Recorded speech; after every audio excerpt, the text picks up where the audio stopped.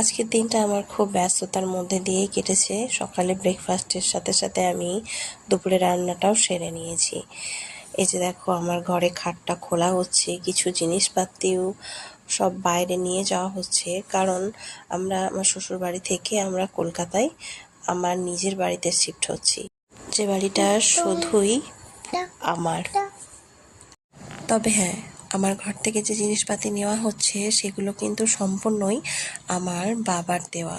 আমার বিয়ের সময় আমার বাবা অনেক শখ করে এই জিনিসগুলো আমাকে উপহার হিসাবে দিয়েছিল, কোনো পণ নয়। আমাদের ঘরের আসবাবপত্র কলকাতায় শিফট করা হচ্ছে বলে আমার ভাই এসেছিল আমাকে নিতে, অথচ সে নিতে এসে নিজেই কাজে বিজি হয়ে গেছে।